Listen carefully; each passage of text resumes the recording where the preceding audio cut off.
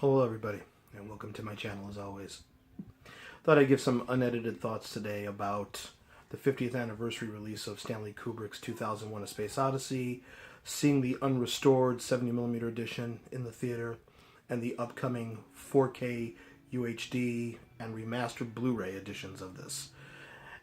And I have a lot of thoughts here, so I hope this doesn't take too long. But 2001 has been a part of my life ever since I've been, I'd say, in 8th grade. I knew of Kubrick's name from the previous summer. I graduated in '88 of 8th grade. I knew of his name the previous summer because of Full Metal Jacket, which was the big film, one of the big films that came out summer of '87. So I knew of Kubrick, and I knew 2001 A Space Odyssey was coming on television, and I was going to watch it. Horrible experience watching that on television with commercials and edited for time. And then I found out it was a psychedelic film, so I made a point to rent it the day I graduated from 8th grade. And even in its pan and scan glory, I was transfixed by the film. And my grandmother got it for me finally as a graduation gift. A few days after I graduated, she surprised me. And then when I graduated from high school in summer of '92, I went to Musicland a couple days after I graduated to spend some graduation money. And staring at me in the VHS section was the deluxe letterbox edition of 2001. Well, I'm finally going to see it in its correct aspect ratio. No argument for me there. So it's been a part of my life. It's probably my second favorite film of all time, first being Lawrence of Arabia, because 2001 has been with me. I've seen it. I've looked at it. I've talked about it. I know it. I'd say my top three favorite films would be Lawrence of Arabia, 2001, and Raging Bull. But sometimes I could be Goodfellas, with Scorsese always switching for me. But I was excited when they announced this theatrical showing of 2001. I had never seen it in 70mm. One of my grails was to see 2001 A Space Odyssey in 70mm. And I found an unrestored edition. Unrestored. Well, I'm glad they said unrestored. That's not false advertising. But a couple of problems I did have with that prior to seeing it. I have a problem with the fact that Christopher Nolan has gotten involved in this whole project somehow. Not just the film presentation, but the 4K release as well. And I'll get to that as I talk further about this. The whole unrestored thing, people were like, they were hyping it up as a cause for celebration. It's unrestored. It's not a cause for celebration. I don't think Kubrick would want his film out there. What they did was they took a 65mm interpositive for this unrestored showing that had flaws in it. Camera tears, vertical scratches, and did some things with color timing, and they created some new prints off of that. Christopher Nolan had said at Cannes it was important for people to see it, flaws and all, on film. And I'm going to get to all of this.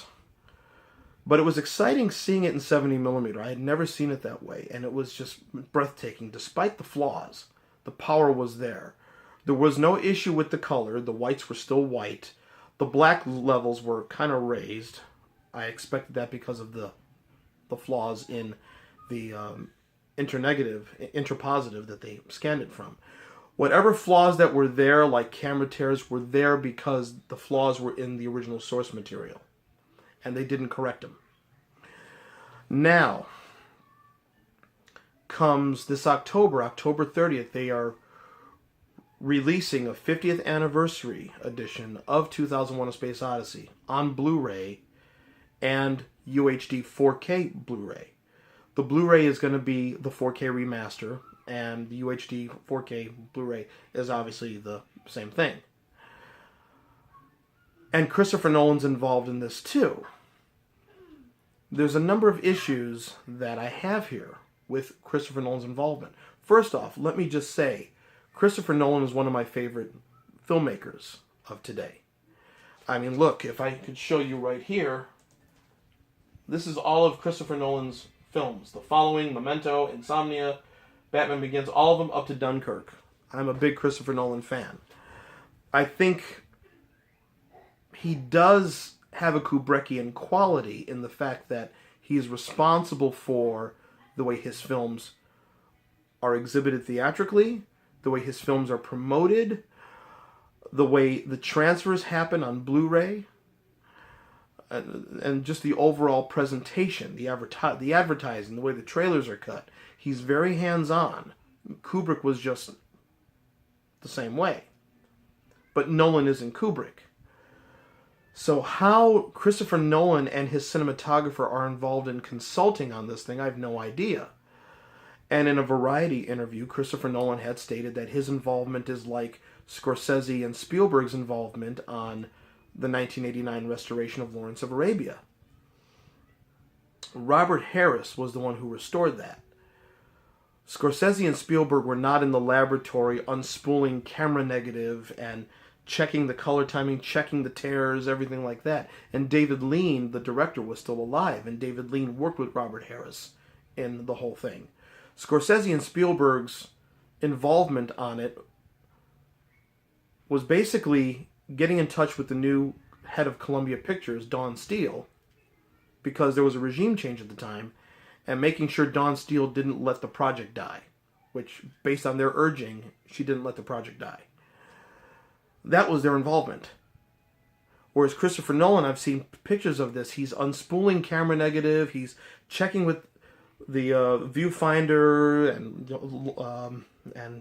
the light, everything. So statements that he's made really has me concerned. On restorations, because the UHD 4K release is supposed to be restored, you need to use nowadays digital technology. There is a point where photochemical and digital work hand in hand in a restoration. Check out all the great things Criterion does. Check out a lot of the things Warner Home Video has done. Warner Home Video has somebody in charge of all this, and his name is Ned Price. Ned Price is somehow involved in this, and Christopher Nolan is working alongside Ned Price. But Christopher Nolan feels, and I'm going to link to the Cannes presentation he did, an article on the Cannes presentation he did. He feels that the digital technology, where people take the camera negative and put it in the computer and take out those pieces of ingrained dirt, digitally repair 5-frame tears and things like that, should be a no-no. Christopher Nolan is a fine filmmaker, but he doesn't know a darn thing about film restoration, and his love of analog is really clouding his judgment here on this. So there's a lot of concern concerning this about this UHD release. Let me just try and read you some of the word salad that is coming from the official press release here. Continuing the celebration of the 50th anniversary of Stanley Kubrick's 2001: A Space Odyssey, Warner Bros. Home Entertainment announced today that the renowned director's groundbreaking science fiction epic will be released on 4K Ultra High Definition Blu Ray and premium collectible packaging. Go further.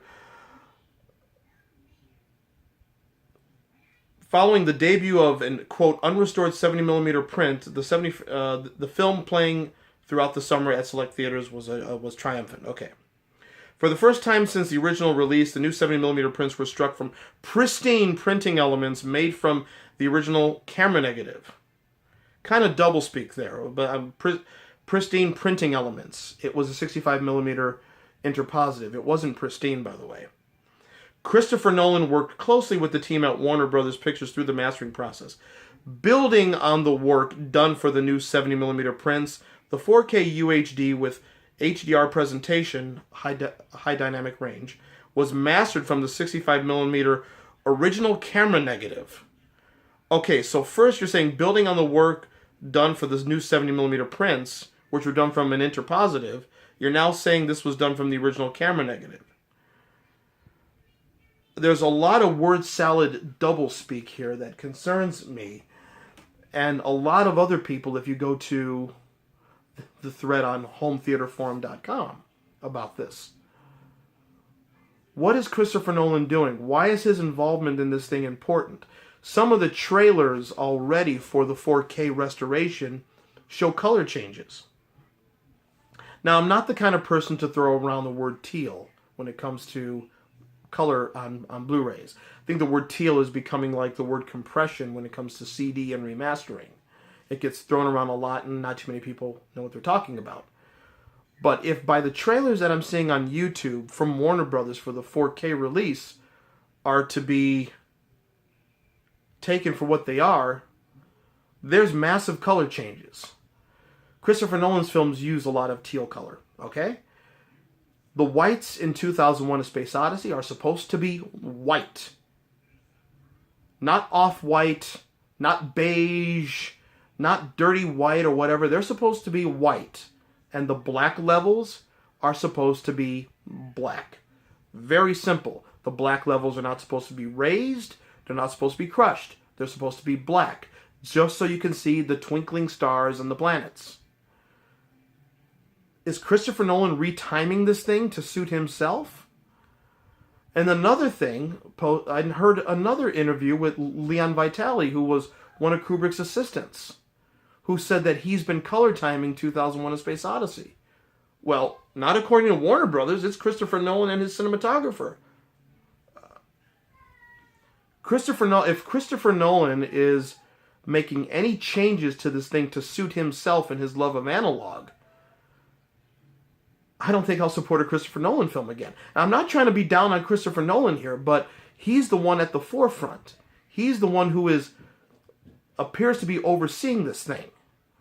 Warner Brothers has not really made definitive statements, and they've been very secretive about the whole thing.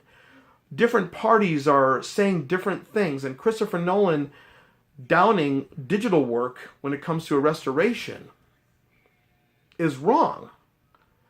Because you need digital work nowadays in restoration, because a lot of things can't be restored photochemically, but they can be restored digitally. Just the tools aren't there for some films to be restored photochemically. So I have concerns about this. I really do.